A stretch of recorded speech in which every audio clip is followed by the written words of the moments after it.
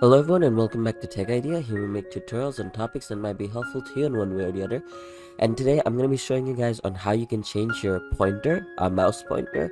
As you can see, mine is basically a crosshair, and you can also change it to a crosshair or anything you like to your own preference. Now, all you want to do is go to settings. From here, just type in mouse, and you can see mouse pointer style. From the pointer style, you can obviously do more from here, but you just want to go to more settings, and basically not even that. After you type in mouse, you just want to press on mouse again. From here, mouse pointer, my bad.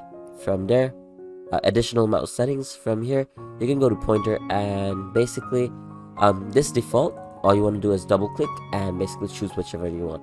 Now if you do have a default image for it, you can obviously choose it from your onlines as well, but for me, I like to use this one. This is basically the smaller precision select, and I don't know, I just personally like this a lot, and that's about it.